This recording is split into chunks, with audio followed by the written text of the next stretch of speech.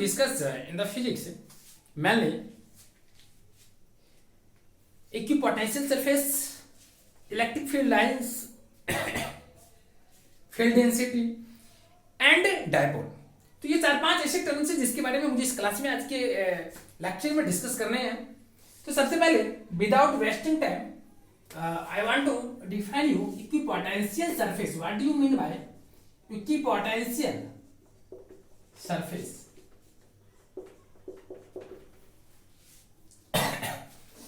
पिछले क्लास में हम लोगों ने डिस्कस किया था मेनली रूप से इलेक्ट्रिक पोटेंशियल के बारे में. उसी से रिलेटेड ये भी टर्म्स हैं इक्विपोटेंशियल सरफेस. और उसी तरह के कुछ ऐसे सरफेस होते हैं जो कि बहुत ही इंपॉर्टेंट है आपके एग्जामिनेशन के पॉइंट ऑफ व्यू से.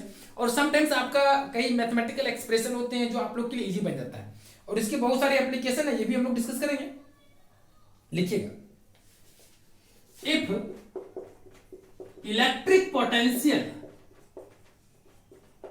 at each and every point of surface is same. अगर आपका electric potential each and every point of surface के ईच एंड एवरी पॉइंट पे सेम हो, देन दैट सरफेस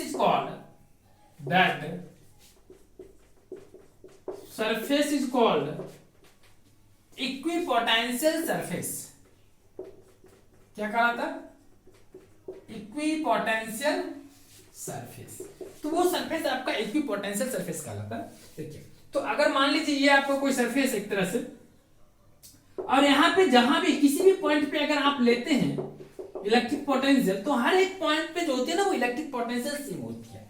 तो अगर मैं आर्बिट्ररी मान लिया इस पॉइंट को ए और इस पॉइंट को मैं बी मान लिया, और यहाँ पे अगर मैं इलेक्ट्रिक पोटेंशियल लूंगा, इसको मैं बी ए और इसको बी बात करूंगा, तो आप यहां से बोल सकते हैं कि if you take any two arbitrary points A and B which is margined या distanced by distance R, in which at the point A electric potential will be VA and at the point electric potential will be VB, then potential difference, that means अगर मैं मान लो दोनों के बीच के जो potential difference है, that means कह सकते हैं VB minus B है. मतलब यहाँ पे from point B to A जो चार्ज को लाने में जो वर्क डन किया गया, इसको अगर मैं डेल W मान लूं, तो डेल्टा W इक्वल टू हम लोग कह सकते हैं VB minus B है. That will be VB minus B equal to 0, क्योंकि ईच एंड एवरी पॉइंट पे क्या है इलेक्ट्रिक पोटेंशियल सेम है. तो दो सेम टर्म का डिफरेंस क्या होती है? ऑलवेज 0. तो ये डेल W बराबर क्या हो गया मेरा? 0 आ गया.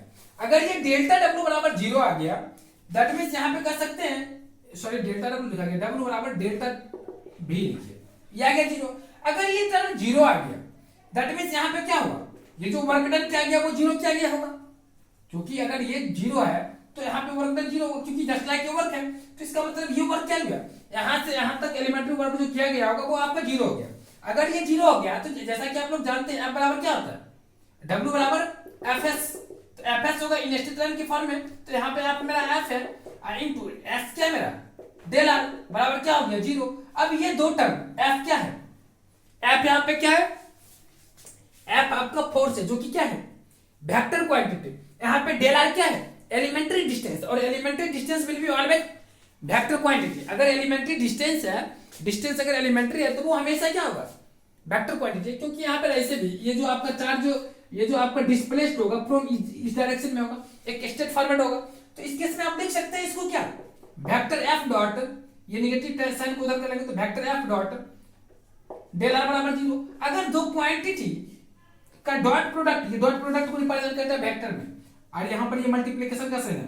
तो अगर vector F dot del R dot vector F dot vector del R is equal to 0, तो इस केस में क्या कर सकते हैं? So vector F is perpendicular, इसको हम लोग परपेंडिकुलर का साइन यूज करते हैं. Vector F is perpendicular to that vector, मतलब वेक्टर एफ जो है ये आपका क्या है? डिस्टेंस वेक्टर के परपेंडिकुलर हो गया. अगर इस डिस्टेंस वेक्टर के परपेंडिकुलर हो गया तो ये डिस्टेंस वेक्टर कहां है? इस सरफेस में कहीं भी है. तो इसका मतलब कुल मिलाकर के आप कह सकते हैं कि इस सरफेस में ये जो आपका एफ क्या रिप्रेजेंट करती है, फोर्स को रिप्रेजेंट कर रही है। तो यहाँ पे कह सकते हैं कि फोर्स जो है वो कहां पे किस तरह एक्सपीरियंस होगा, इन इक्विपोटेंशियल सरफेस में परपेंडिकुलर टू द सरफेस। इस बात को आप लोग याद रखिए।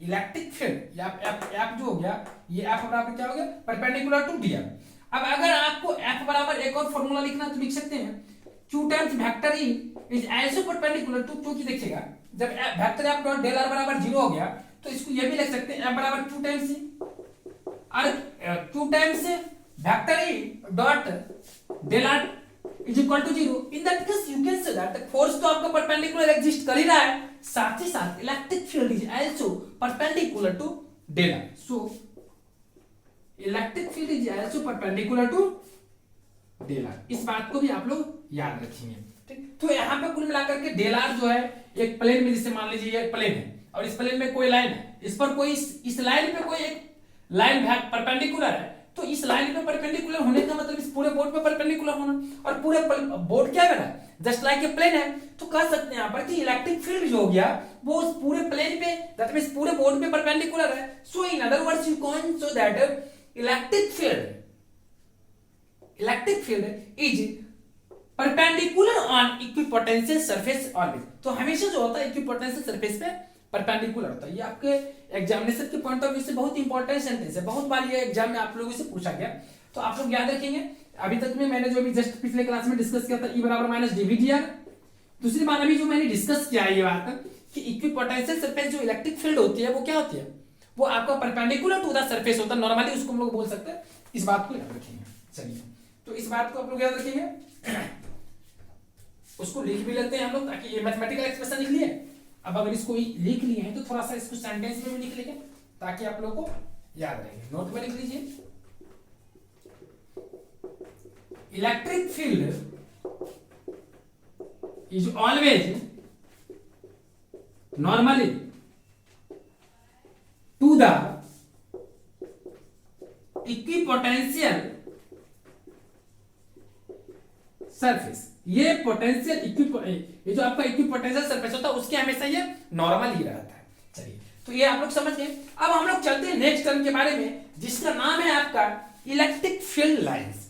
तो what do you mean by electric field line, इसके बारे में डिस्कस करेंगे।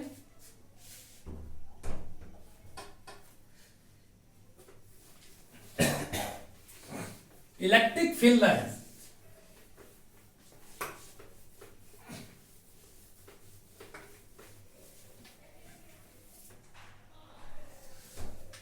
टर्म आ गया आपका electric field lines.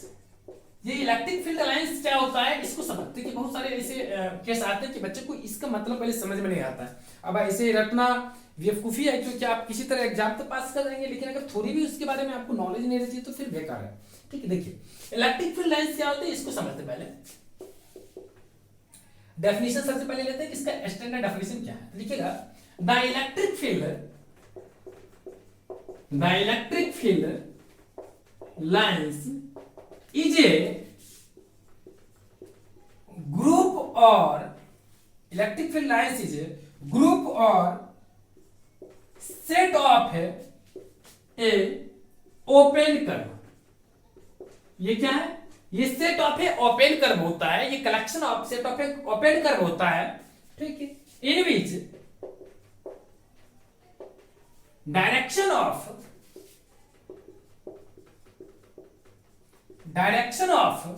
Electric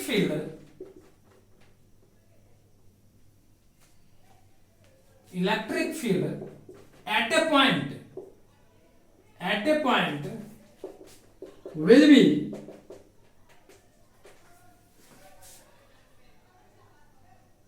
along direction of tangent।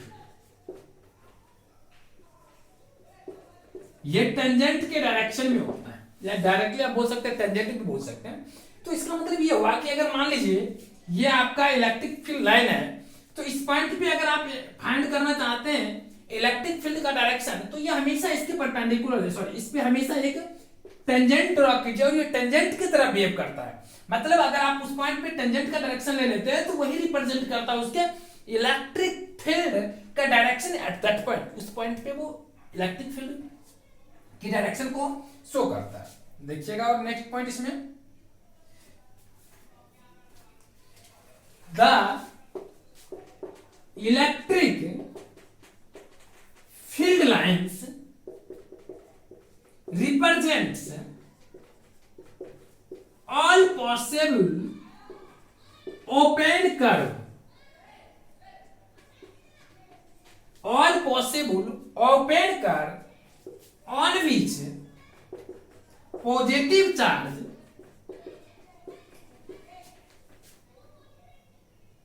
would move। तो यहां पे इलेक्ट्रिक फील्ड हो गया, उसके बाद कहा क्या कि इलेक्ट्रिक फील्ड लाइंस जो रिप्रेजेंट्स वो सारे पॉसिबल पथ को, ओपन कर्व पथ को रिप्रेजेंट करते हैं।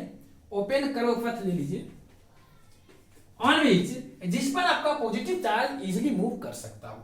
तो ये आपका हो गया, यहाँ पे फिगर बीच में बन गया था, ग्राफ में इधर बना ले और यहाँ पे टेंजेंट को ड्रॉ करें, ये आ गया। तो इलेक्ट्रिक फील्ड लाइंस का मतलब समझ गए आप लोग क्या होता है। अब देखिए अलग अलग चार्ज की वजह से जो आपका इलेक्ट्रिक फील्ड का जो डायरेक्शन होता है वो किस तरह से होता है, उस चीज को लेते हैं। इसको मिटा दें, अगर इसको लिख लिए है तो थोड़ा सा एक टर्म और समझ लीजिए। इसी में बहुत बार एग्जाम में पूछा जाता है कि कौन सा करेक्ट है कौन सा इनकरेक्ट है। अगर मान लीजिए कोई पॉजिटिव चार्ज है यहाँ पे है, तो इसका जो इलेक्ट्रिक फील्ड का डायरेक्शन होता है ना, ये आउटवर्ड्स होता है। इस बात को आप लोग याद रखेंगे, किस तरह से समझिए, आउटवर्ड्स होती है इस तरह से। ये एरो का साइन बहुत इंपॉर्टेंट है, इसको कॉमन मत लीजिएगा क्योंकि इसके बिना आपको गलत हो जाएगा। ये अगर पॉजिटिव चार्ज है तो इस तरह से होगी, अगर यही निगेटिव चार्ज हो जाती है तो इलेक्ट्रिक फील्ड का जो डायरेक्शन होती है ना वो इनवर्ड हो जाती है, टुवर्ड्स चार्ज होते हैं, इसमें अवे फ्रॉम द चार्ज हो जाती है। इस बात को आप लोग याद रखेंगे, जो कि एक्सपेरिमेंट से आपको पता चलेगी कि चार्ज किधर क्या जाती है, समझ गए। तो इस बात को आप लोग ध्यान में रखेंगे, पॉजिटिव चार्ज के केस में क्या होता है और नेगेटिव चार्ज के केस में क्या होता है। अब यहां पे एक बात और आती है, एक इंपॉर्टेंट नोट लिख लीजिएगा, नोट, ये जो मैंने डायरेक्शन लिखा है ना, ये ओनली, क्योंकि डायरेक्शन ऑफ इलेक्ट्रिक चार्ज होती है ना, इलेक्ट्रिक फील्ड का जो डायरेक्शन होता है वो हमेशा स्ट्रेट लाइन में नहीं होती है। It can be any curve, अगर ये कोई भी कर्व हो सकती है तो फिर आप स्ट्रेट लाइन यहां पे क्यों बना लिए। तो यहां पे नोट में लिख लीजिएगा, इन केस ऑफ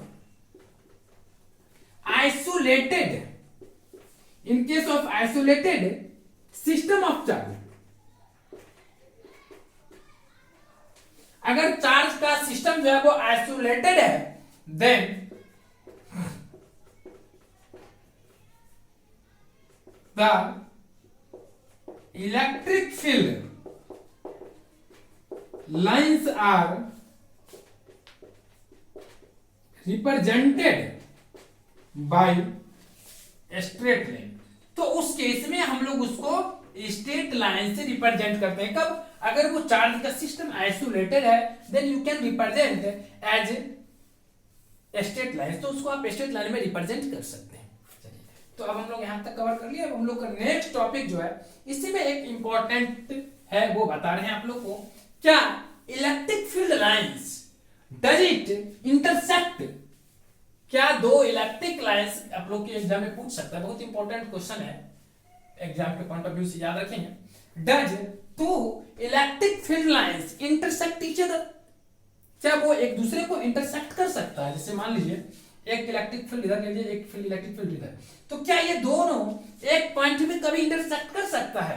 नहीं, कभी नहीं। वो दो इलेक्ट्रिक फील्ड, ये बहुत इंपॉर्टेंट क्वेश्चन आप लोगों को लिखने हैं, दो इलेक्ट्रिक फील्ड कभी नहीं एक दूसरे को ईच अदर इंटरसेक्ट करता है। उसके पीछे सिंपल रीजन क्या है वो मैं बता रहा हूं, क्योंकि अगर ये एक पर्टिकुलर पॉइंट पे इंटरसेक्ट कर जाता है, तो इस पॉइंट पे अगर ये मान लीजिए कर्व C1 है और ये कर्व C2 है, तो इस पॉइंट पे कर्व C1 पे जो आपका इलेक्ट्रिक फील्ड का डायरेक्शन होगा वो अलोंग द टेंजेंट होगा इस डायरेक्शन में, और इसकी डायरेक्शन इस केस में होगी। और इलेक्ट्रिक फील्ड का किसी एक पॉइंट पे कोई एक ही डायरेक्शन पॉसिबल है, दो डायरेक्शन नहीं हो सकता है, तो इसलिए यह पॉसिबल नहीं है। इस बात को आप लोग याद रखेंगे। तो अगर आप लिखना पसंद करेंगे तो लिख लीजिए इसको भी।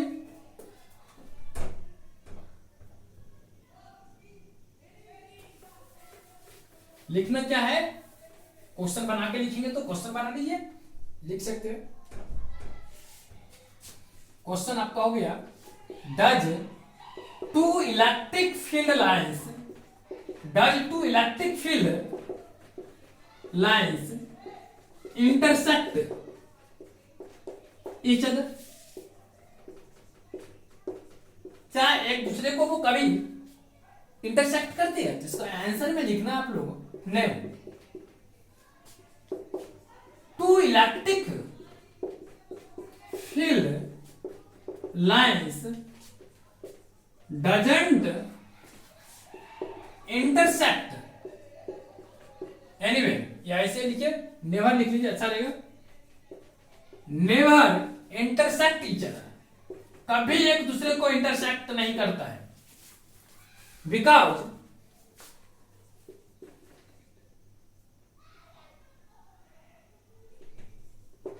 If they intersect, if they intersect, then it gives, then if it intersects, if they intersect, then there exists two direction of, two different direction here, two different direction of electric field, electric field at that point,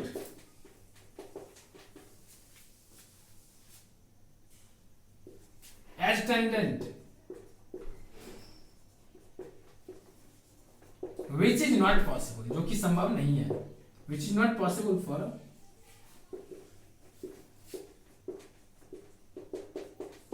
electric field, जो कि electric field के लिए संभव नहीं है। तो इस बात को आप लोग लिख सकते हैं इस तरह, बहुत ही छोटा हो गया। आप इसका इमेज भी बना लीजिए, दो इलेक्ट्रॉन इसको इंटरसेक्ट कर दीजिए, इसको ऐसे कर लीजिए और इसमें लिख दीजिएगा नॉट पॉसिबल। तो ये हो गया आपका एक सिंपल सा इससे रिलेटेड क्वेश्चन था, उसको भी हम लोगों ने डिस्कस कर लिया। चलिए तो हम लोग नेक्स्ट क्लास के नेक्स्ट क्लास करें, नेक्स्ट कंसेप्ट का डिस्कस करते हैं। देखिए नेक्स्ट कंसेप्ट हम लोग का क्या, नेक्स्ट कंसेप्ट जो है आपका वो आता है, एक मिनट मैं आपका बुक देख लेता हूं, आपकी बुक में नेक्स्ट टॉपिक क्या है। अच्छा, नेक्स्ट क्लास जो आपका वो है इलेक्ट्रिक डायपोल। चलिए तो हम लोग इलेक्ट्रिक डायपोल के बारे में भी डिस्कस करने से पहले छोटा सा क्लास ले लेते हैं, छोटा सा टर्म है डेंसिटी ऑफ फील्ड लाइंस या इलेक्ट्रिक फील्ड लाइंस, जो भी बोलना है बोलिए। Electric field lines simple term है, कुछ नहीं है। फील्ड लाइंस ये क्या होता है इसको भी समझ लेते हैं, सिंपल याद रखेंगे। It is defined as, it is defined as number of lines per unit area.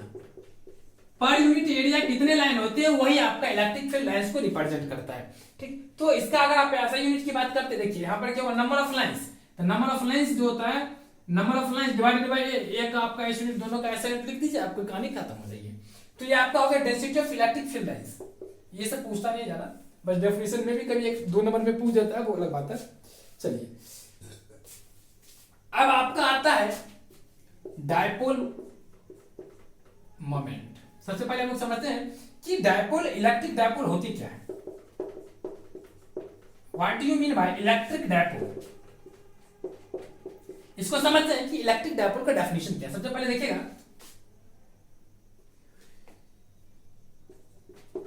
Electric dipole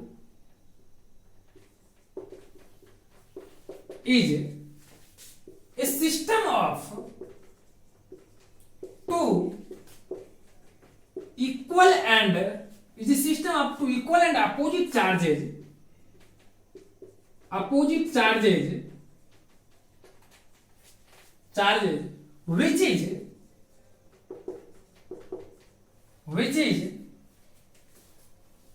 which is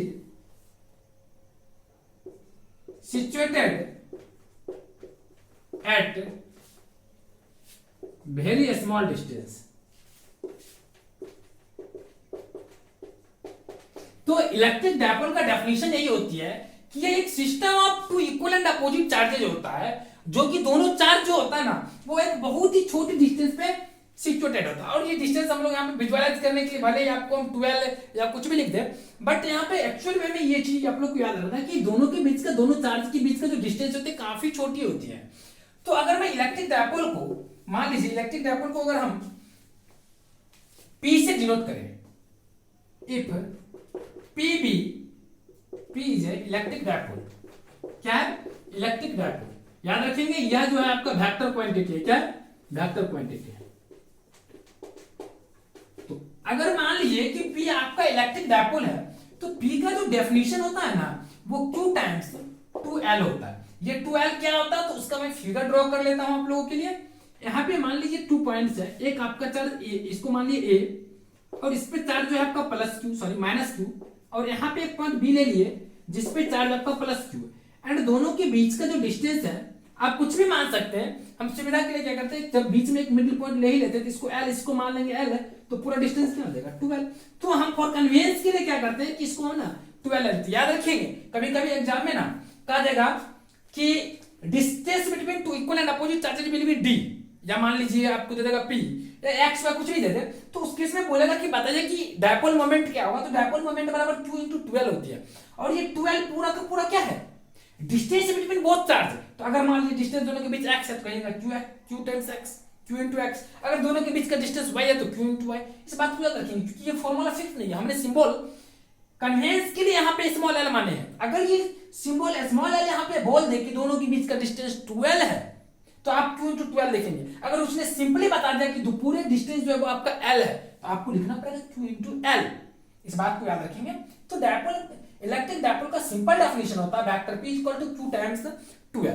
ये आपका होगा इसका डेफिनेशन। और इसका अगर आपको यहाँ पे बोले कि what is the SI unit of electric dipole, I think you can simply say that Q का चार्ज, इसका जो SI यूनिट होता है लिख सकते हैं, नीचे आप लोग को दिख रही है, लिख लीजिए आप लोग फट से। SI unit of electric dipole will be, आपका Q का ऐसा यूनिट कूलम और L का आपका क्या होता है मीटर। तो आप आराम से बोल सकते हैं coulomb per metre, sorry coulomb into metre. तो इसका ऐसा यूनिट कूलम इनटू मीटर हो जाता है। इस बात को याद रखेंगे। चलिए अगर आप लोग यहां तक समझ गए तो अब हम लोग चलते हैं एक बहुत ही बेहतरीन टॉपिक के बारे में डिस्कस करने के लिए, और आप लोग के नेक्स्ट क्लास में उसका हम लोग डिस्कशन करेंगे जो आपका बहुत ही इंपॉर्टेंट है और बहुत ही अच्छी क्वेश्चन है, जो कि कई टाइम्स आप लोगों के एग्जामिनेशन में वो पूछा गया। तो थोड़ा सा आप लोग क्या करेंगे ना कि जब मैं उस वीडियो का आप लोगों के साथ डिस्कस करेंगे ना तो आप लोग थोड़ा सा कॉन्शियस हो जाएंगे। कॉन्शियस होने का मतलब ये होगा ना कि आप लोग थोड़ा सा केयरफुल होना है, क्योंकि इसमें मैथमेटिक्स थोड़ी ज्यादा है। आप लोग को डरना नहीं है, मैथमेटिक्स उतना ज्यादा डिफिकल्ट नहीं है, बस आप लोग थोड़ा सा कॉन्शियस रहेंगे। फिगर को आप लोग नीट एंड क्लीन अगर ड्रॉ करते हैं ना तो आप लोग इजिली समझ जाएंगे। पूरा का पूरा बहुत ही ईजी है, ठीक। और मैं कोशिश करूंगा कि आपको इजी वे आपके आगे में उसको फिगर करूं ताकि आप लोग समझ सके इजीली। चलिए तो उसका डिस्कशन हम लोग नेक्स्ट क्लास में करेंगे, जिसमें हम लोग को मेनली डिस्कस करना है। टॉपिक का नाम है क्या चीज, दो एक्सप्रेशन बहुत इंपॉर्टेंट आप लोग के लिए है। फिर आप लोग को आगे का क्लास चलेगा। दो एक्सप्रेशन में सबसे पहला एक्सप्रेशन जो है वो है electric potential due to a dipole, फिर electric field due to a dipole. तो सबसे पहला मेरा टॉपिक आता है electric potential due to a dipole. तो मेरा टॉपिक आज का क्या है, नेक्स्ट क्लास का topic electric potential due to a dipole. चलिए तो आज का क्लास मैं यहीं पर समाप्त करता हूं, फिर हम लोग नेक्स्ट क्लास में डिस्कस करेंगे electric potential due to a dipole. Thanks all of you, bye. Hello guys, good morning all of you. Today in this class I will discuss one of the most important theoretical portion of electrostatics. That means I have already said to you in this previous video electric potential due to a dipole. तो ये आपका हो गया class 12 physics. Topic का नाम क्या है आप लोग लिख लेते हैं, इलेक्ट्रिक पोटेंशियल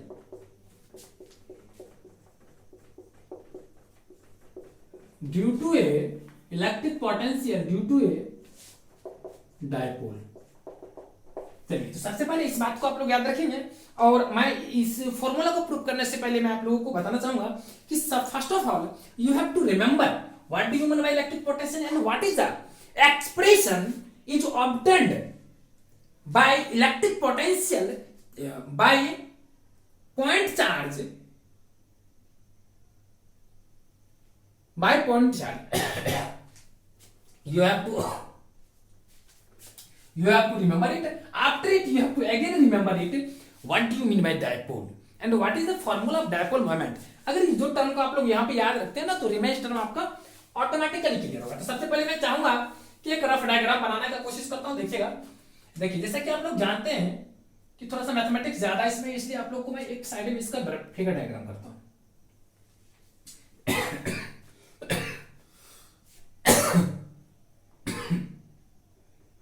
जैसे मान लीजिए यहाँ पे आपका एक चार्ज माइनस क्यू है और यहाँ पे एक चार्ज आपका प्लस क्यू है, और यहाँ पे हम इसका मिडिल पॉइंट है ये, और हमने यहाँ पे कन्वेंस के लिए मैं क्या करता हूँ, इसके बीच के डिस्टेंस को यहाँ से यहाँ एल, देखिए इसी के लिए हम इसको एल एल मानते हैं, ताकि आपको पूरा डिस्टेंस क्या हो जाएगी, पूरा डिस्टेंस तो आप जानते हैं कि मेरा पूरा का पूरा डिस्टेंस क्या होगा 2l, ये भी बात याद जानते हैं। और मान लिया कि कोई पॉइंट P है और इसका जो आपका इसका कोऑर्डिनेट है ये पोलर कोऑर्डिनेट आपका r थीटा, पोलर कोऑर्डिनेट को हम लोग r थीटा से रिप्रेजेंट करते हैं। कोई पॉइंट P है जो r थीटा को रिप्रेजेंट करते हैं, ये आपका ओरिजिन की तरह बिहेव करती है, ओरिजिन की तरह बिहेव कर रही है। और मान लीजिए ये आपका एक्सिस की तरह है, ये एक्स एक्सिस की तरह यहाँ पर हम लोग इमेजिन कर सकते हैं कि y एक्सिस है, बट हम लोग को उतना करना नहीं क्योंकि फिगर और कॉम्प्लेक्स हो जाएगी। तो सिंपली मान लीजिए कि आपका ये ओरिजिन O है और यहां से एक पॉइंट P है, और P का ये जो P है इसका पोजीशन की बात करूंगा, तो अगर हमें वेक्टर के थ्रू चले तो r थीटा का मतलब क्या होता है मालूम है? r थीटा का मतलब होता है, सिंपली मैं थोड़ा सा मैथमेटिक्स की तरफ चल जाता हूं कि मैथमेटिक्स में कहता क्या है कि अगर कोई पॉइंट यहाँ पे है और इसका कोऑर्डिनेट r थीटा है, पोलर कोऑर्डिनेट होता है, तो ये r theta means that this point that means distance between origin to that point will be r, and angle theta represents angle subtended with positive x axis by that line joining। तो जो line join क्या किया वो और उस x axis के बीच का angle theta को रिप्रेजेंट करती है। तो आप यहां से सिंपली वे कह सकते हैं कि यहां पे जो ये है ना, ये आपका डिस्टेंस r है और ये एंगल बीच का क्या है, थीटा है। इस फैक्टर को आप लोग याद रखेंगे after it, otherwise all will be fixed, otherwise जितने भी टर्म्स है वो फिक्स है, कोई दिक्कत नहीं है। तो इस पॉइंट चार्ज P के वजह से यहाँ पे अगर मान लीजिए कोई चार्ज आपका है, यहाँ पे मैंने क्या बोला कि ये आपका डायपोल है, तो डायपोल है तो यहाँ पे माइनस क्यू और यहाँ पे प्लस क्यू कहने में कोई दिक्कत नहीं है। दोनों का क्या होगा, यहाँ पे आपका माइनस क्यू और प्लस क्यू चार्ज रहेगा ही रहेगा। और ये पॉइंट P, इस पॉइंट P चार्ज की वजह से टोटल कितना इलेक्ट्रिक पोटेंशियल होगा वो मुझे फाइंड करना है, और मुझे कुछ नहीं मालूम, ये इसका माइनस क्यू चार्ज है, इसका प्लस क्यू चार्ज है, और दोनों के बीच का डिस्टेंस 12 है, और एक पॉइंट P है जो कि ओरिजिन से r डिस्टेंस पे लाई है, और बीच का एंगल मतलब वो आपका डायपोल का जो लाइन ज्वाइनिंग लाइन है उसके बीच में, और वो PR मैंने POP जो हो गया, इस दोनों के बीच का एंगल थीटा है। तो in that case you have to find the value of resultant electric potential. तो रिजल्टेंट इलेक्ट्रिक पोटेंशियल यहां पर तो आप जानते हैं कि electric potential is a scalar quantity. अगर इलेक्ट्रिक पोटेंशियल एक स्केलर क्वांटिटी है तो इसका मतलब ये हुआ कि पॉइंट P के कारण, पॉइंट P के कारण मतलब ड्यू टू यहाँ पे क्या बोले, ड्यू टू डायपोल मतलब इस डायपोल के माइनस क्यू के कारण इस पे कितना इलेक्ट्रिक पोटेंशियल होगा, और फिर प्लस क्यू के कारण इस पे कितना इलेक्ट्रिक पोटेंशियल होगा। दोनों को कैलकुलेट करके और सिंपली ऐड कर देंगे तो मुझे मेरा पूरा का पूरा फाइनल रिजल्ट निकल जाएगी। तो हम लोग को उतना करना है। अब यहाँ पे इतना तो समझ गए, लेकिन मेरा मकसद क्या है, इसमें क्या गोल है, ये चीज हम लोग को पहले समझना पड़ेगा। सबसे पहले मुझे क्वेश्चन में क्या दिया हुआ, क्वेश्चन में तो सिंपल आपको पूछेगा find the obtain the expression हुई है due to a electric dipole, due to a dipole, ठीक, इलेक्ट्रिक पोटेंशियल का एक आप एक्सप्रेशन ऑब्टेन करेंगे जो कि आपको डायपोल के कारण हो। तो उसके याद रखें कि यहाँ पर इलेक्ट्रिक पोटेंशियल है, बच्चे कंफ्यूज भी करते हैं एग्जाम में, यहाँ पे इलेक्ट्रिक पोटेंशियल की वजह से बोल रहा है, सॉरी डायपोल की वजह से इलेक्ट्रिक पोटेंशियल निकालना। एक और आता है सेम टू क्वेश्चन जो कि इलेक्ट्रिक फील्ड होता है ड्यू टू डायपोल। तो इस बात को याद रखेंगे, ये आपका स्केलर क्वांटिटी है, तो स्केलर क्वांटिटी में कोई दिक्कत नहीं होती, इजी होती है। थोड़ा सा इससे ज्यादा टफ है वो इलेक्ट्रिक फील्ड वाले। तो जब आपको प्रूफ करने के लिए दे तो इतना तो आपको पहले ड्रॉ करना ही पड़ेगा, और इतना क्या है चीज आप लोग अच्छे से देख रहे हैं इस फिगर में ही आपको पता चले कि ये क्या है, कुछ नहीं है। इस पॉइंट पी पर इस चार्ज और इस चार्ज की वजह से जितना इलेक्ट्रिक पोटेंशियल होता है वो आपको कैलकुलेट करना है। तो आप जैसा कि जानते हैं कि इलेक्ट्रिक पोटेंशियल बराबर जो होता है पॉइंट चार्ज क्यू की वजह से जो होगा वो क्या होगा 1/4πε0 इंटू क्यू बाई आर। या आपको हमने Q into Q by R, या आपको हमने फॉर्मूला में पढ़ा दिया। ये जब आप जान गए कि इलेक्ट्रिक पोटेंशियल बराबर 1/4πε0 इंटू क्यू डिवाइडेड बाय मतलब small Q into capital Q divided by R होता है, तो ये आर क्या होता है? ये तो दोनों का चार्ज हम जान जाएंगे, लेकिन ये आर होता क्या है? सबसे पहले तो यहाँ पे ये सवाल आते हैं ना, तो वास्तव में ये जो आर होती है ना, ये दोनों के बीच का डिस्टेंस होता है, जो कि मुझे यहाँ पे नहीं मालूम है। दैट मींस पी और इसका नाम अगर मैं ए और बी रख लूं, तो मुझे first of all P A और पीबी डिस्टेंस को फाइंड करना है। अगर हम पी ए और पीबी डिस्टेंस फाइंड कर लेते हैं तो हम इसका कंक्लूजन जो है वो निकाल सकते हैं। तो इस मैथमेटिकल में क्या है ना, मुझे मैन्युअल रूप से यहाँ पे सबसे पहले दोनों पी और पीबी को फाइंड करना पड़ेगा, उसके बाद ही हम लोग आगे बढ़ पाएंगे। तो सबसे पहले हम लोग क्या करते हैं, इस दोनों पॉइंट को मिला लेते हैं।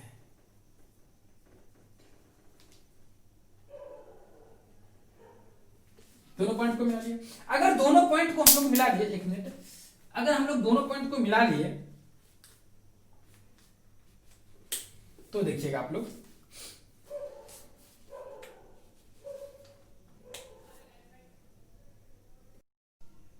तो मुझे फाइंड करना है इलेक्ट्रिक पोटेंशियल। तो जैसा कि हम लोगों ने क्या ओपन किया था कि वर्क डन जो हम लोग निकाले थे वहां पे क्या निकला था 1/4πε0 into Q by are.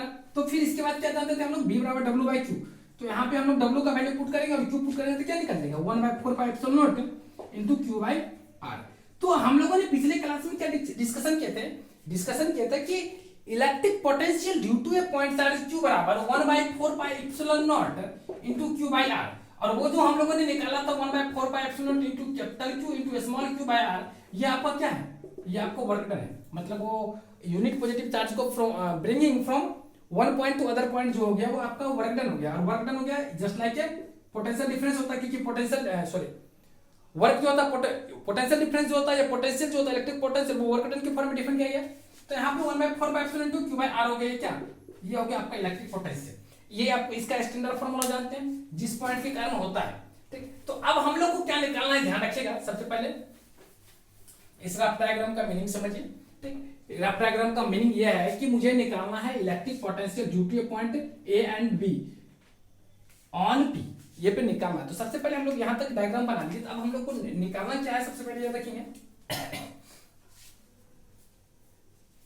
Late A B be a dipole, then we have to find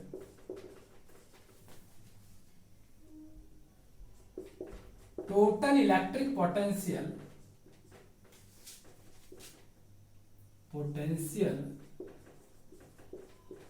due to a point A and B on P। ये बात आप लोग को याद रखना कि मुझे फाइंड करना है। चलिए, तो सबसे पहले इसको फाइंड करने से पहले मैं आप लोगों को कुछ सिखाना चाहूंगा। वो क्या बोल सकते हैं, अगर मैं बोलूं कि इस ए के कारण पी पर, तो कह सकते हैं इसको मैं इलेक्ट्रिक पोटेंशियल, ये जो इलेक्ट्रिक पोटेंशियल इसको अगर मैं V1 मान लिया तो यहां पे कह सकते हैं electric potential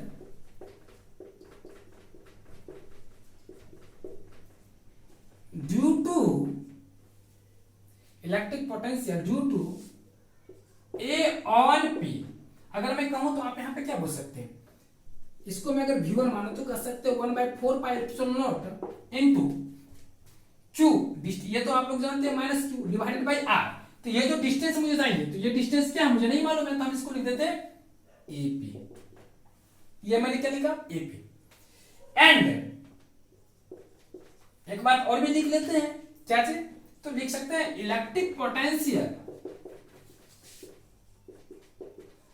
due to B on P is equal to V2 is equal to 1/4πε0 into ये आपका डिस्टेंस क्या है BP या PB जो भी लिखना है, BP by Q by BP। ये दो आपका एक्सप्रेशन आ गया, इसको आप लोग याद रखेंगे, फर्स्ट एंड सेकंड। अब देखिए मेरा तो सारा चीज जो भी मैंने लिखा है सारा चीज नोन है, क्यू और 4 और 4 क्यू सारा चीज नोन है, बट यहाँ पे एपी और बीपी जो है ना हम लोग को फाइंड करना है, क्योंकि एपी और बीपी का वैल्यू मुझे मालूम नहीं है। तो सबसे पहले जो दिया गया मुझे यहाँ पे टर्म्स है आर थीटा एल, इस तीनों की हेल्प से मुझे एपी और बीपी का वैल्यू निकालना। आप उसके बाद आप टोटल दोनों को ऐड कर देंगे, कहानी यहाँ पे खत्म हो जाएगी। तो सबसे पहला क्या है कि मुझे एपी और बीपी को फाइंड करना है, इस बात को याद रखेंगे। तो आप इक्वेशन फर्स्ट में क्या लिखिए उसे याद भी रखिए दिमाग में, और इक्वेशन सेकंड क्या रखे वो भी आप लोग याद रखिए।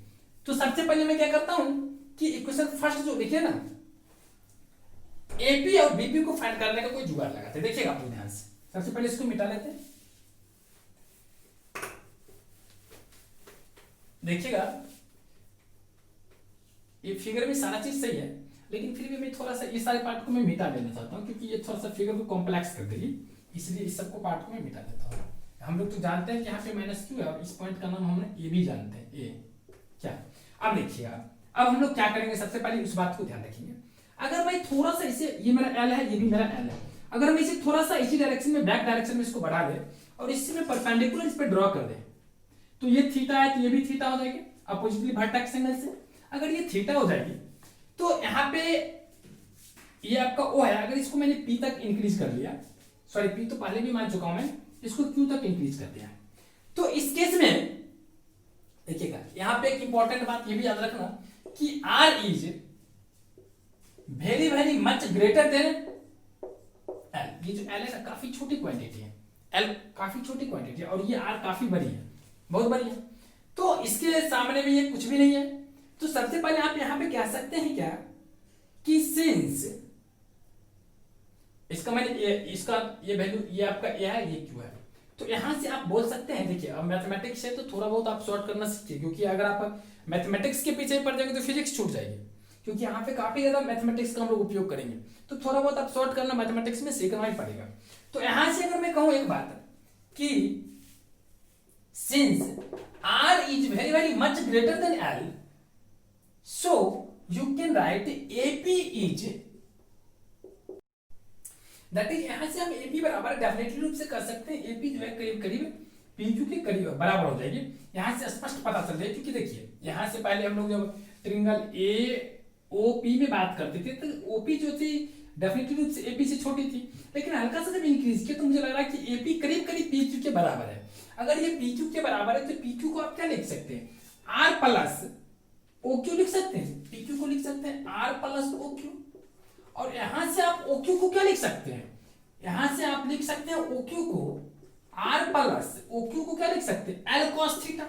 अभी कहां से आ गया एक, तो आप देखिएगा यहाँ पे 90 डिग्री का एंगल बना है, तो अगर इस ट्रायंगल AOQ में cos थीटा बराबर कहेंगे तो cos थीटा बराबर क्या होगा, OQ divided by AO, OQ divided by AO, और AO आपका क्या है, AO आपका क्या है L है, इसको हम L लिख दिए, तो OQ बराबर क्या होगा L cos थीटा। सिमिलरली अगर आप यहां पे PB को कहेंगे तो इसका मतलब क्या हुआ कि आपने AP को R L और थीटा के फॉर्म में लिख दिया।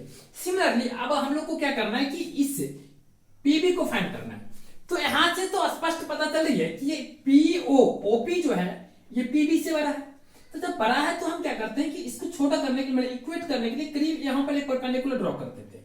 तो जब यहां से कह सकते हैं क्या कि PB इज रफली इक्वल टू O, इसको मान लीजिए S, इसको कह सकते हैं PS, करीब करीब जब ये इससे बड़ा है तो इसको परपेंडिकुलर ड्रॉ करें, करीब करीब PS जो है आपका क्या होगा PB के बराबर होगा। अगर ये PB के बराबर है किसका PS, तो PS को आप क्या लिख सकते हैं OP minus OS, OP minus OS। अगर ये OP माइनस OS है तो OP आपका क्या है R माइनस OS क्या है, OS मेरा फिर ये L cos थीटा होगा, क्योंकि मेरा L है और ये मेरा थीटा है, तो यहां से फिर आपको क्या आ जाएगा, इसको कह सकते हैं L cos थीटा, और क्यों हुआ तो यहां पे सिंपली रीजन लिखना है सिंस cos थीटा बराबर यहां पे क्या आ जाएगा, यहां पे लिख लीजिएगा इन ट्रायंगल AOQ, ताकि आप लोग को जब पढ़े फिर से दोबारा रिवीजन में दिक्कत नहीं हो। यहां पे cos थीटा जो होगी वो क्या होगा OS by hypotenuse S B, और यहां पे लिख देंगे इंटरनल BOS बॉस। ठीक, ये आ गया। तो यहां से आ गया PV बराबर R minus L cos theta और AB बराबर R plus L cos theta. So total electric potential बराबर क्या हो जाएगा, electric potential on P due to A plus electric potential due to B on P। तो यहां पे कर सकते हैं 1/4 पाई एप्सिलॉन नॉट इनटू, यहां पे पहला क्या था -q divided by distance AP मेरा क्या था, लिखना चाहे तो एक बार लिख सकते हैं AP डिवाइडेड बाय A, आपका ये क्या हो गया PV। अब हम लोग क्या करते हैं कि यहाँ दोनों में Q कॉमन ले लेते हैं। अगर हम लोग Q कॉमन ले लेंगे तो सबसे पहले ऊपर वाला पार्ट हम लोग मिटा लेते हैं, कहाँ क्या था हम लोग सीख गए और याद भी हो गया कहाँ क्या है, तो आराम से हम लोग आगे प्रोसीड कर सकते हैं। इजीली स्पेस नहीं है इसलिए हम इसको मिटा लिए। तो अब यहाँ पे अगर लिखेंगे तो इसको क्या कर सकते हैं, Q/4 pi epsilon not into, अब ये आ गया आपका 1/PV माइनस 1/AP। 1/PV को लिख सकते हैं R minus L cos theta minus 1/R plus L cos theta, ये आ जाएगी। अगर आप एलसीएम लेंगे इसका तो ये आ जाएगी Q/4 pi epsilon not into R plus L cos theta minus R plus L cos theta minus R plus L cos theta divided by R square minus L square cos square theta. यहां से तो आप आराम से बोल सकते हैं ये चीज। अब यहां से बोल सकते हैं तो ये R कैंसिल हो गया, ऊपर में क्या हो गया 2L cos theta Q/4 pi epsilon not into 2L cos theta divided bye, अब देखिए नीचे में आ गया क्या R square minus L square cos square theta. अब जैसा कि मैंने आपको पीछे वाले सेंटेंस में बोला था, यहां पे लिखे थे since R is very very much greater then L, अगर R काफी ज्यादा L से बड़ा है, अगर दोनों को स्क्वायर कर देंगे तो ये और भी बड़ा हो जाएगा। That means R square is also again very very much greater than L square. तो जब ये R स्क्वायर बहुत ज्यादा इससे बड़ी है तो फिर L स्क्वायर उसके साथ सब्ट्रैक्ट करे या माइनस कर ले कोई असर करने वाली नहीं है। तो इसका मतलब ये मेरा कहने का मतलब है, अगर मैं यहां से ये जो मेरा L स्क्वायर है R square minus L square cos square theta, अगर मैं ये तो मेरा मतलब L स्क्वायर काफी छोटा है, it is a very small. साथ ही साथ आप जैसा कि जानते हैं कि cos square theta always belong to 0 to 1, ये cos स्क्वायर थीटा जो तो हमेशा 0 और 1 के बीच में लाई करता है। तो इस केस में ये होल टर्म मतलब इस इतने बड़े टर्म में ये यहां से यहां तक रहकर कोई काम का नहीं है। क्यों नहीं है काम का, क्योंकि ये चीज जो है ना काफी छोटा है। तो यहां पे लिखिए since R square is very very much greater then L square and also cos square theta belongs to 0 to 1, so L square cos square theta is approximately 0, क्योंकि काफी छोटा है तो ये दोनों किसको टेंड कर जाएगा 0 को। अगर ये दोनों 0 को टेंड करता है तो उस केस में हम लोग यहां से क्या ऑपरेट करेंगे, यहां से ऑपरेट करेंगे टोटल इलेक्ट्रिक पोटेंशियल जो होगा वो Q/4 pi epsilon not into 2L cos theta by R square, 2L cos theta by R square, ये हो गया। अब Q इंटू 2L ये क्या है, dipole moment divided by 4 pi epsilon not into 1/R square, ये जो हो गया P into 4 pi epsilon not into 1/R square, sorry P cos theta भूल गए,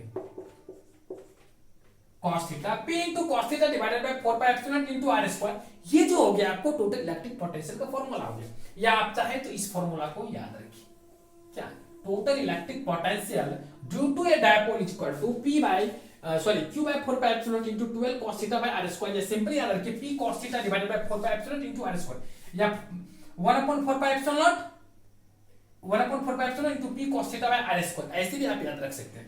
तो ये टोटल का टोटल जो हो गया ना आपका electric potential due to dipole का फाइनल एक्सप्रेशन हो गया। ठीक, चलिए अब इसमें दो इंपॉर्टेंट केस है, उस बात को आप लोग याद रखेंगे। पहले तो इसको पूरा हम मिटा लेते हैं, ठीक, तब जाकर के इसको हम डिस्कस करेंगे। तो हम लोगों ने क्या ऑप्शन किया कि electric potential is equal to 1/4 pi epsilon not into P cos theta by R square. ये मेरा हो गया एक्सप्रेशन, ऑब्टेन एक्सप्रेशन। अब यहाँ पे दो ऑब्जेक्टिव क्वेश्चन बनने का पॉसिबिलिटी बनता है, उसको हम लोग थोड़ा डिस्कस कर लेते हैं। तो यहाँ पे लिखेंगे एक्सियल पोजीशन। एक्सियल पोजीशन किसको कहते हैं कि अगर ये पॉइंट P, जैसे कि मैंने एक डायपोल मोमेंट लिया, सॉरी एक डायपोल लिया ए बी, और इसका ऑरिजिन बीच में है। ये पॉइंट P क्या है, यहाँ पे है, इसका कोऑर्डिनेट r थीटा है, और मैंने मान लिया कि ये पॉइंट आपका इसी एक्सिस पे ही, डायपोल पे ही लाई करता है। तो उस केस में क्या होगा, ये जो एंगल होगा वो जीरो हो जाएगा। तो एक्सियल पोजीशन में क्या होता है कि थीटा बराबर या तो जीरो होगा या पाई होगा, जीरो या पाई होगा। तो इस केस में अगर आप इलेक्ट्रिक पोटेंशियल निकालेंगे एक्सियल पोजीशन में, क्योंकि in the axial position P lie on dipole completely इस पे ही लाई करेगा, तो इस केस में आप कह सकते हैं E equal to 4 pi epsilon not into P cos theta. P into cos 0 लेंगे तो 1, cos पाई लेंगे तो -1। तो यहां पे लिख सकते हैं cos 0 और ये 0 है, पाई डिवाइडेड बाय r स्क्वायर। तो इस केस में अगर 0 लेते हैं तो आपका वैल्यू 1 हो जाएगा, और पाई लेंगे तो -1 होगा। तो इस केस में कह सकते हैं इसकी value +-1 by 4 pi epsilon not into P by r square हो जाता है। इस बात को याद रखेंगे, ऑब्जेक्टिव में पूछता है। इसको अगर आप लिखना पसंद करें तो ऐसे लिखिए, कोएक्सियल एक्सियल की सेशन। तो इसका मतलब हुआ क्या कि electric potential in case of axial due to a dipole जो होगी वो +-1/4 pi epsilon into P by r square हो जाता है। चलिए अब इसमें एक और केस आता है जिसको हम लोग बोलते हैं इक्वी, वो जो आपका केस होता है वो आपका कहलाता है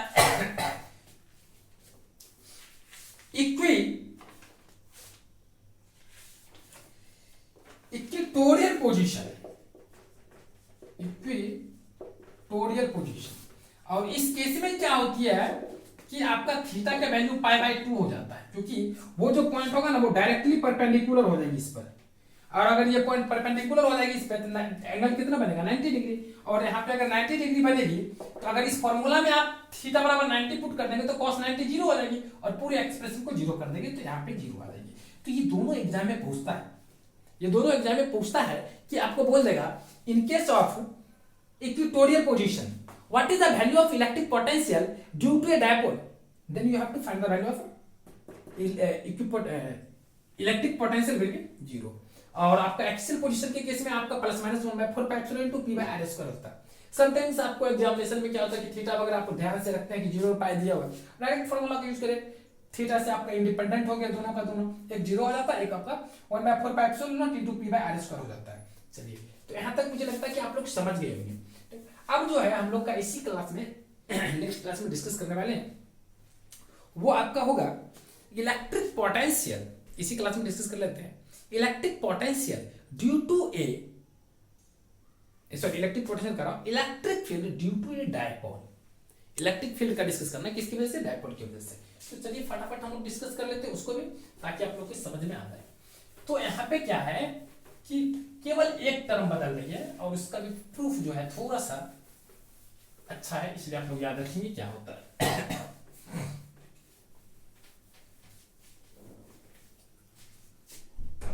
देखिएगा यहाँ पे लिख लीजिए फील्ड, टॉपिक क्या है, electric field due to a dipole, इसके बारे में डिस्कस करना है। तो अगर मैं डायपोल की बात करें तो सबसे पहले यहाँ पे लेंगे डायपोल। देखिए मजेदार बात क्या थी हम लोगों के लिए यहाँ पे, बस इतना ही बात हम लोगों के लिए यहाँ पर मजेदार थी कि उस दोनों का दोनों वहां पे इलेक्ट्रिक पोटेंशियल जो था ना वो आपका स्केलर क्वांटिटी था, और scalar quantity always always simple algebra को फॉलो करता है, जिसलिए हम लोग डायरेक्ट वहां पे ऐड कर लिए। लेकिन यहाँ पे यही टर्म डिफिकल्ट हो जाता है हम लोग के लिए कि electric field is a vector quantity and it doesn't follow simple algebra, और ये सिंपल अलजेब्रा को फॉलो नहीं करता। तो इस केस में डेफिनेटली रूप से हम लोग को अलग एक मैथमेटिक्स पढ़ना पड़ता है जिसको हम लोग वेक्टर बोलते हैं, वेक्टर अलजेब्रा। और यहाँ पे हम लोग मैंने रूप से थोड़ा सा वेक्टर का हेल्प लेंगे। अगर आप लोग को थोड़ा सा पकड़ोगे ना थोड़ी सी वेक्टर पे तो आप इजीली से समझ लेंगे। देखिए और ये आपका मान लीजिए आपका ये पॉइंट P है और ये आपका डायपोल है। तो अगर मैं इसको डायपोल माना और ये प्लस पॉजिटिव चार्ज हो गया, ये आपका नेगेटिव चार्ज हो गया, और ये आपका L और ये L हो गया, तो इस केस में कहता है क्या होगा। देखिए सबसे पहले ये ऑरिजिन है तो सुविधा के लिए हम सबसे पहले क्या करते हैं कि यहाँ पे हम लोग का जो केस एराइज होता है, 2-3 केस एराइज होता है। सबसे पहला केस ये एराइज होगा कि इलेक्ट्रिक फील्ड मुझे फाइंड करना है। तो अगर मुझे यहाँ पे इलेक्ट्रिक फील्ड फाइंड करना है तो इलेक्ट्रिक फील्ड क्या है, एक पॉजिटिव वेक्टर क्वांटिटी है। तो इलेक्ट्रिक फील्ड का वेक्टर क्वांटिटी है, तो हम लोग को बिल्कुल ही ध्यान रखना पड़ेगा कि डायरेक्शन की बात को ध्यान रखना पड़ेगा कि दोनों में हर केस में डायरेक्शन हम लोग को यहाँ पे एग्जिस्ट करेगा। तो सबसे पहले मान लीजिए ये जो पॉइंट पी ए है, ए के वजह से यहाँ पे ये होगी और यहाँ पे इधर से ये लाइन जाएगी। तो यहाँ इस ए की वजह से इस पे जो आपका इलेक्ट्रिक फील्ड होगी इसका कुछ इसका डायरेक्शन होगा, फिर इसका क्या होगा, इसका कुछ अलग डायरेक्शन होगा। फिर दोनों का डायरेक्शन देने पर, दोनों का डायरेक्शन मतलब एक फोर्स इधर अगर लगती है, एक फोर्स मान लीजिए इधर लगता है, तो उसका रिजल्टेंट कहीं ना कहीं जाएगी। ये आपका रिजल्टेंट फोर्स हो गया और आपका ये F1 फोर्स ये F2 हो गया। तो ये केस यहाँ पे अराइज हो रही है, तो ये FR निकालना है हम लोग को। ठीक, तो सबसे पहले हम लोग क्या करते हैं, इसको जो है मान लीजिए कि ये आपका R है और ये आपका जो यहाँ पर फोर्स एग्जर्ट करती है ये dr, इसको हम लोग dr मानते हैं। dr क्यों मानते हैं कि इसको एलिमेंट्री हम लोग पास ले लिए, इसलिए हम लोग इसको dr पहले ही मान लेते हैं ताकि आप लोग को समझ आए।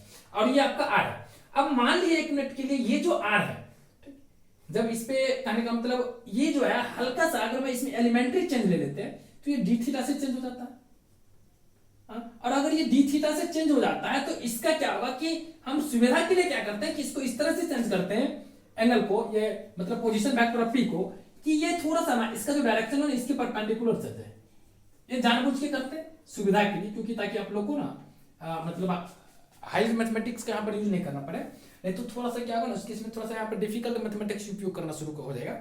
मतलब हम लोग को थोड़ा सा वेक्टर को और भी डिटेल देना पड़ेगा, लेकिन फिगर कॉम्प्लेक्स हो जाएगा। इसलिए हम लोगों ने क्या किया, सिंपल सा करने के लिए इसको हमने परपेंडिकुलर ड्रॉ कर दिया, परपेंडिकुलर इसको क्या किया, इंसिडेंट कर दिया। अब हम क्या करते हैं, तो अगर ये आपका dr हो गया तो इस केस में अगर हम लेंगे तो इसका fr के डायरेक्शन में जा रहा है, f dr भी बोल सकते हैं इसको, er बोल देते हैं इसको, er के डायरेक्शन में जा रहा है, er के डायरेक्शन में जा रहा है इलेक्ट्रिक फील्ड। और ये जो आपका हो गया ये किस डायरेक्शन में जा रहा है, तो इसका अगर मैं डायरेक्शन में लेंगे तो मान लीजिए ये थीटा, क्योंकि ये d थीटा है तो थीटा से चेंज करने पर ये d थीटा हो गया, यहाँ पर एंगल कितना थीटा, तो इसके रिस्पेक्ट में ये थीटा से चेंज कर जाएगा। तो ये आपका जो जाएगा वो मान लीजिए थीटा के रिस्पेक्ट में जा रहा है। तो निश्चित रूप से आप बोलेंगे कि इसका जो होगा रिजल्टेंट इस डायरेक्शन में जाएगी। तो रिजल्टेंट अगर इस डायरेक्शन में जाती है तो हम लोग थोड़ा सा रिजल्टेंट के लिए एक फिगर ड्रॉ कर लेते हैं, पैरेललोग्राम लॉ जिसको हम लोग बोलते हैं, इस तरह से हम लोगों ने कर लिया। अब इसका नाम आप चाहे तो रख दीजिए, नहीं तो इसी तरह से छोड़ दीजिए, और ये जो होगा आपका टोटल इलेक्ट्रिक फील्ड ई हो जाएगा। तो सबसे पहले हम लोग इतना तो ड्रॉ करेंगे ही, तो हम लोग लिखेंगे सबसे पहले let AB is a dipole. AB क्या है, डायपोल है, having -2 and q two equal and opposite charge which is situated at distance 12, जो कि डिस्टेंस 12 पे क्या है, सिचुएटेड है, एक मिनट, जो कि आपका डिस्टेंस 12 पे सिचुएटेड है। अगर ये डिस्टेंस 12 पे आपका सिचुएटेड है, टोटल डिस्टेंस कितना है 12, अगर 12 पे सिचुएटेड है तो यहाँ पे क्या है कि मुझे निकालना है कि आपका ई का वैल्यू क्या है। तो हम लोग लेंगे एंड पी का जो आपका कोऑर्डिनेट है वो आपका आर थीटा है। तो यहाँ पे लेंगे as we know that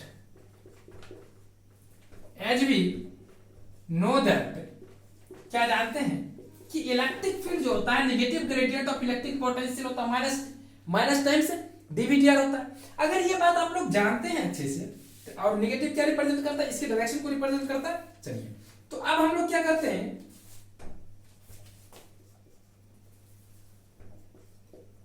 for convenience OP convenes we take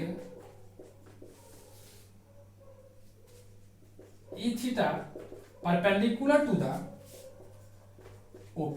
तो यहाँ पे ये बात हम मेंशन कर देते हैं कि कन्वेंस के लिए हमने क्या किया कि E थीटा को OP के परपेंडिकुलर खींच लिया है। ठीक, अगर हम OP के परपेंडिकुलर E थीटा को ड्रॉ कर दें, ये थीटा ये डायरेक्शन को शो करता है फोर्स के, ठीक कर लिया। तो अब हम लोग को कुछ नहीं है, सिंपल सा है। सबसे पहले यहां तक मिटा लेते हैं। सबसे पहले अब हम लोग को लिखना क्या है कि इलेक्ट्रिक फील्ड क्या लिखना है, electric field on P due to A that means minus Q। तो ये चीज हम लोग को लिखना है। तो कैसे लिखेंगे वो देखिए, इसको हम लोग ईयर बोल सकते हैं। तो यहाँ पे ईयर को क्या लिख सकते हैं, ईयर बराबर माइनस डी आर, जैसा कि हम लोग V बराबर जानते हैं माइनस, अभी लिखाए थे ना कि E बराबर क्या होता है माइनस डी आर। तो अगर मैं ईयर का वैल्यू निकालना चाहूँ इस डायरेक्शन में, तो ईयर बराबर क्या कहेंगे माइनस डी आर, और V का वैल्यू इसकी वजह से क्या होगा इस डायरेक्शन में अगर लेंगे तो क्या हो जाएगा 1/4 pi epsilon naught into P cos theta by r square. इतना करने में तो हम लोग को कोई दिक्कत नहीं।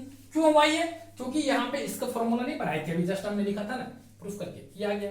अगर आप लोग यहाँ तक 1/4 pi epsilon P cos theta by r square समझ गए, जहाँ P आपका क्या है डायपोल मोमेंट होता है, ये समझ गए, तो यहाँ पे आप कह सकते हैं कि यहाँ से यहाँ तक टर्म कॉमन आ गई, क्योंकि ये r से इंडिपेंडेंट है, तो यहाँ पे r के रिस्पेक्ट में इसका डेरिवेटिव होगा। अब यहाँ पे इसको सब कॉमन ले लेते हैं, तो इसको क्या लिख सकते हैं P cos theta divided by 4 pi epsilon naught into minus common ले लेंगे बाहर, और ये 1/r स्क्वायर बच गया। क्या बच गया, ये पूरा बाहर आ गया, 1/r स्क्वायर बच गया।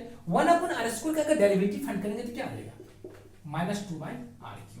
1/r स्क्वायर का अगर डेरिवेटिव करेंगे तो क्या आ जाएगा, अच्छे से देख लीजिए आप लोग, -2 × r⁻³ कौन सा फॉर्मूला पर इसको लिख सकते हैं 1/r स्क्वायर का r⁻², और n × x⁻n−1 की फॉर्मूला पर हम लोगों ने इसको फाइंड कर दिया। तो ईयर बराबर ये आ गया। तो इसको याद रखना है, क्या याद रखना, क्या कि ईयर बराबर जो हम लोगों ने ऑब्टेन किया, यहाँ पे लिख लेते हैं, आप लोग मत लिखिएगा, हम यहाँ पे लिख लिए, और ये माइनस हो गया तो माइनस माइनस प्लस हो गया, तो इसका मतलब हुआ 2p cos theta divided by 4 pi epsilon divided by r³। 2p cos theta divided by 4 pi epsilon naught into 1/r³, इसका हो गया ईयर के डायरेक्शन में। और अगर हम ई थीटा के डायरेक्शन में लेते हैं तो देखिएगा ई थीटा के डायरेक्शन में क्या होगा। ई थीटा के डायरेक्शन में चलते हैं तो ये देखिएगा आप लोग, ये जो वैल्यू है ये वो क्या होगा, ये इसकी वैल्यू आप लोग क्या बोलेंगे, इसकी वैल्यू को आप लोग कह सकते हैं आर डी आर। क्यों होगा आर डी आर, क्योंकि आप लोग ऐसे भी पढ़ेंगे थीटा बराबर एल बटा आर होता है, तो यहाँ पर ये जो है ना काफी छोटा होता है, ये काफी छोटा, हम लोग इसको इस तरह से इसको रोटेट किया। अगर छोटे काफी स्मॉल एंगल से इसको रोटेट किए तो इस केस में ये जो होता है ना हल्का सा अगर रोटेट करेंगे तो ये इतना छोटा होता है ना कि आप इसको ना सिंपली मान सकते हैं सर्किल के शेप का। तो अगर ये आपका थीटा हो गया और ये आपका आर हो गया और ये आपका आर की लेंथ एल हो गया, तो यहाँ पर थीटा बराबर एल बटे आर जानते हैं, तो यहाँ से एल बराबर क्या होगा आर थीटा। तो यहाँ पे क्या है कि ये जो थीटा आपका डी थीटा है, तो डी थीटा को आप थीटा को डी थीटा से रिप्लेस करेंगे क्या होगा आर डी थीटा। तो इसलिए हमने इसको लिख दिया आर सॉरी डी थीटा ना होगा आर डी थीटा। तो अगर आप इस थीटा के डायरेक्शन में इलेक्ट्रिक फील्ड को फाइंड करेंगे तो आप कह सकते हैं and E theta is equal to, या ई बराबर क्या होगा minus times R D theta, और इलेक्ट्रिक पोटेंशियल अगर फिर हम यहां से लिखेंगे क्या होगा वही 1/4 pi epsilon naught into P cos theta by R square. उसी तरह से इसमें सारे टर्म कॉमन आ जाएंगे। क्या क्या कॉमन आएंगे, यहाँ पे देखिए थीटा के रिस्पेक्ट में सारा कॉमन हो रहा है, तो p 4 pi epsilon nought R square से कॉमन आ जाएगा, तो यहाँ पे आ जाएगा आर स्क्वायर फिर आर से गुणा हो जाएगा, तो यहाँ पे आ जाएगा p cos theta by 4 pi epsilon naught into r³। इतना तो आप लोग समझ ही गए, p cos theta r³ into 4 pi epsilon not.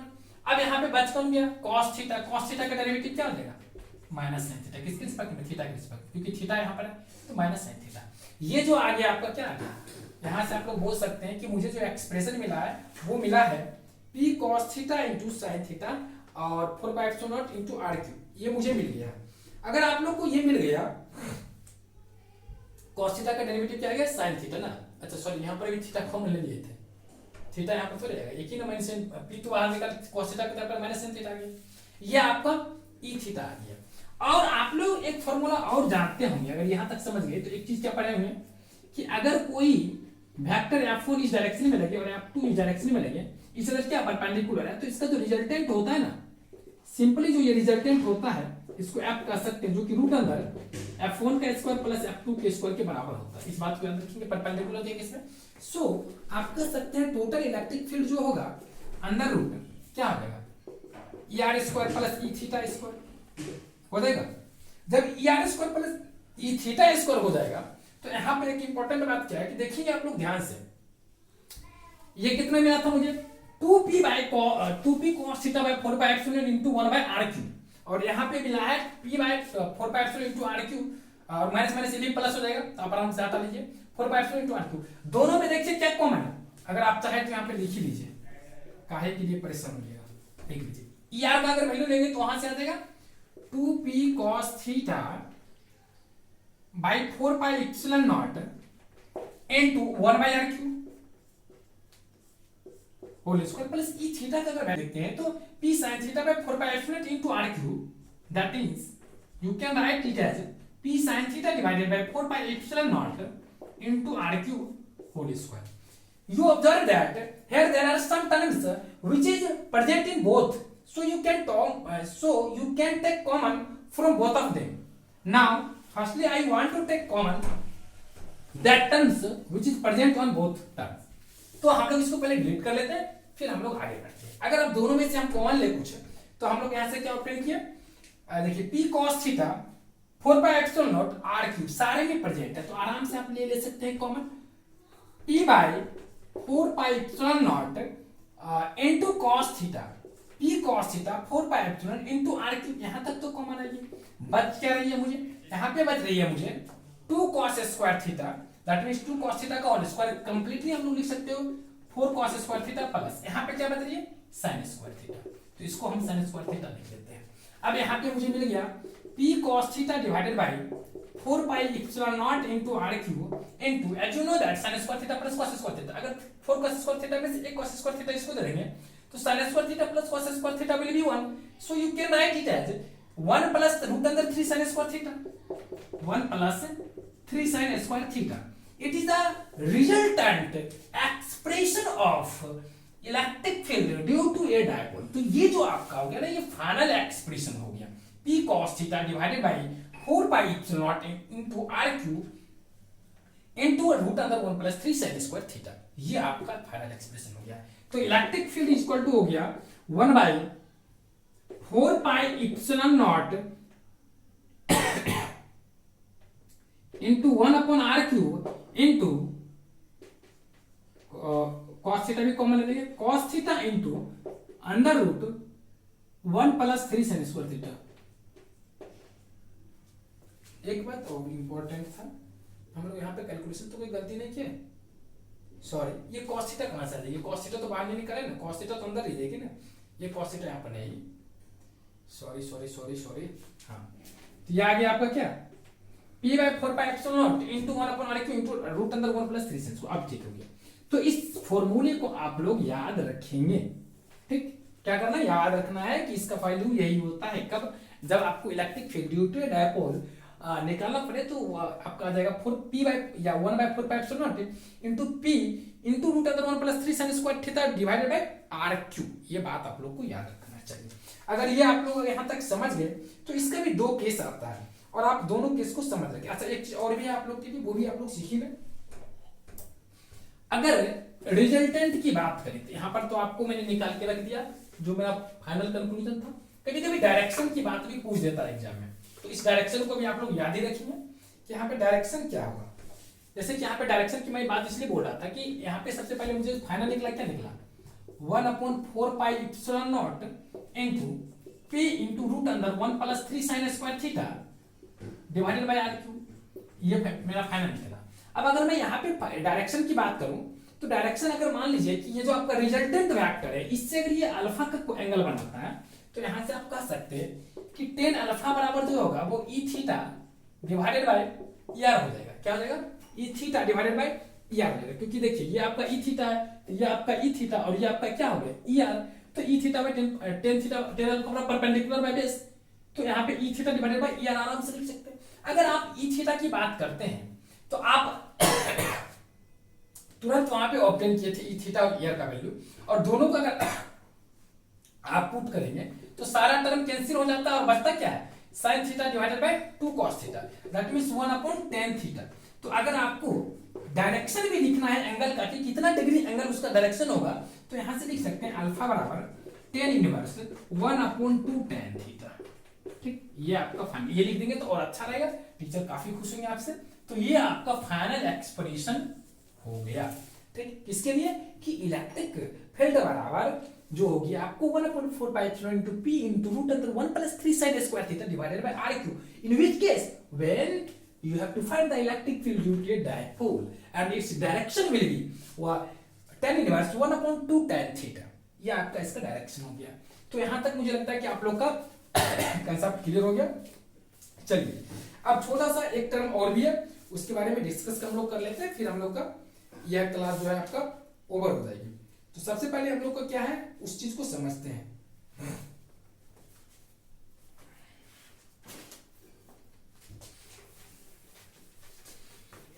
इसमें एक और भी है, इसको मैं पहले इसको मिटा देता हूं।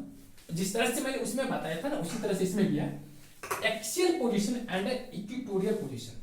तो उस चीज को हम आंसर कर लेते हैं। यहां पे इलेक्ट्रिक फील्ड लेते हैं ई एक्सियल।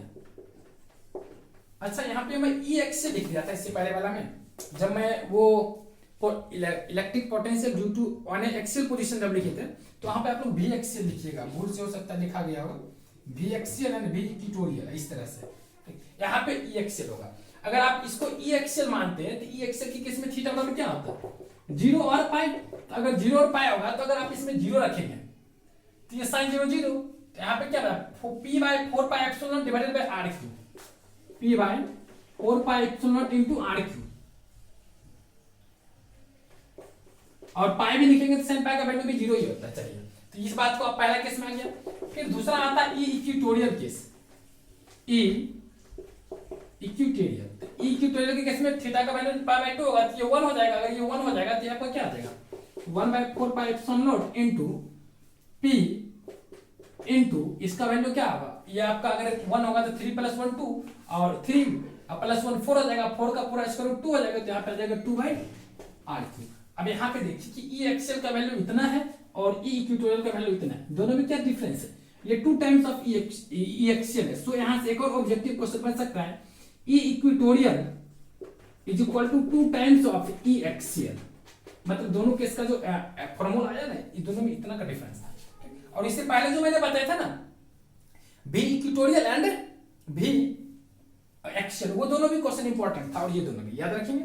और कभी कभी आपका मैक्सिमम और मिनिमम की बात भी कर देता है।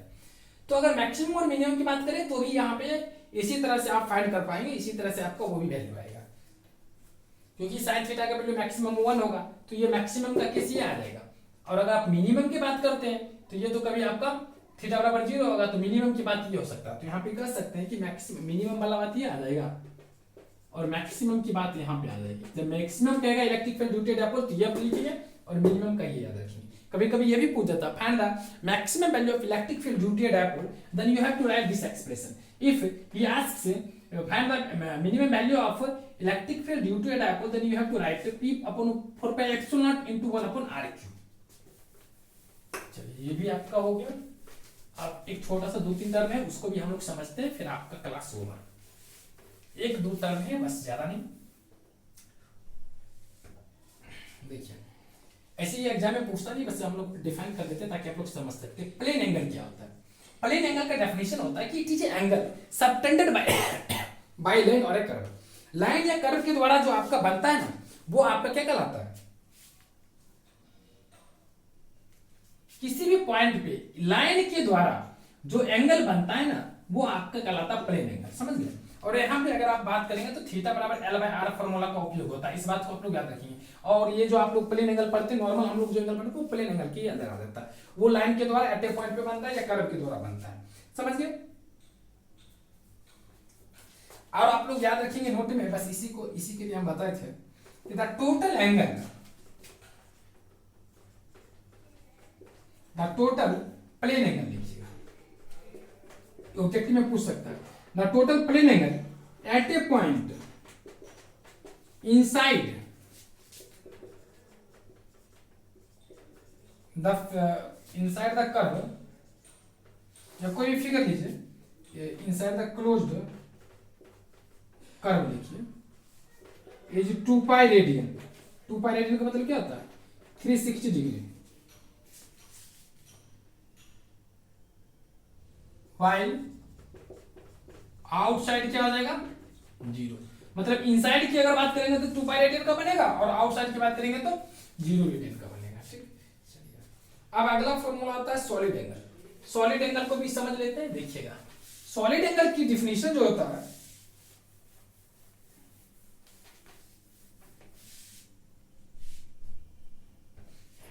सॉलिड एंगल होती है, ये देखिए 2 पाई था, इस बात को याद रखिए। टोटल एंगल कितना था 2 पाई इनसाइड में, और आउटसाइड जो था वो आपका 0 डिग्री था। और सॉलिड एंगल जो होता है it is an angle formed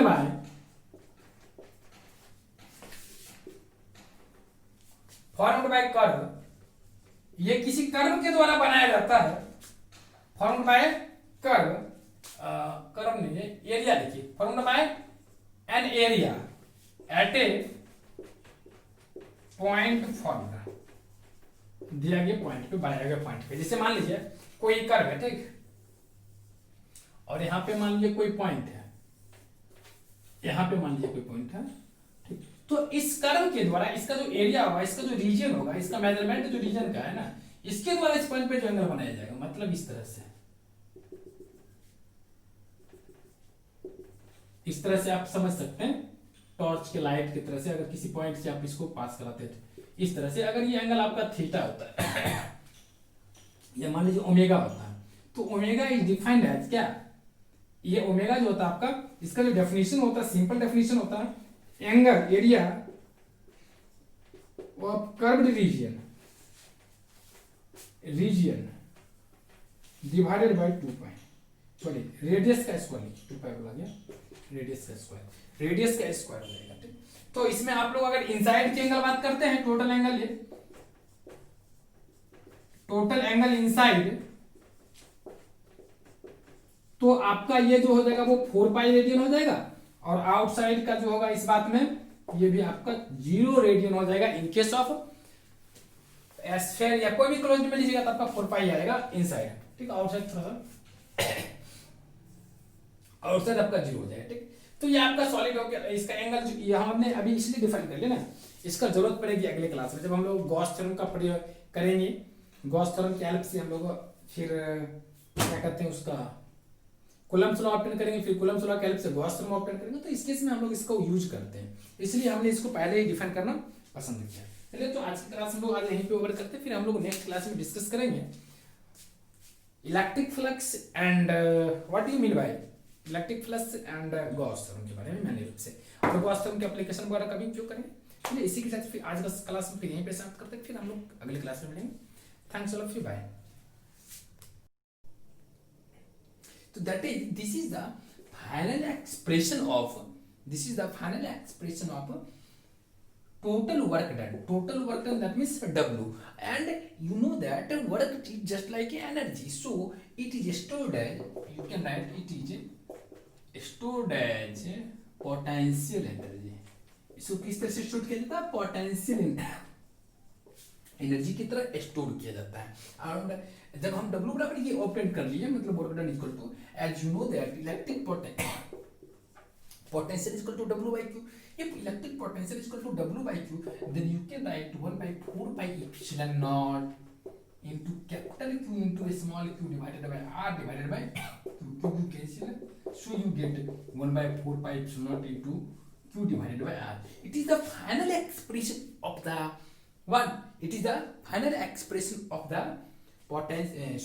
electric potential. So firstly you have to remember it, and with the help of this I will again discuss next topic. You have to again careful, electric potential is a scalar quantity. ठीक, तो आज का electric potential is a scalar quantity. तो आज जो हम लोग ने इसकी डिस्कस किए वो इलेक्ट्रिक पोटेंशियल के बारे में मैंने रूप से डिस्कस किए, और आगे की क्लास में फिर हम लोग इसका रिलेशन पढ़ेंगे इलेक्ट्रिक फील्ड के साथ। ठीक, तो you have to be careful. Electric potential is equal to 1 by 4 pi epsilon naught into capital Q by R, due to point charge Q. If sometimes there are also a different types of problem in similar theory, what is given, you have to be careful. if there are lot of points, in that case what can you do? If there are a lot of points, just like if let us q1, q2, q3,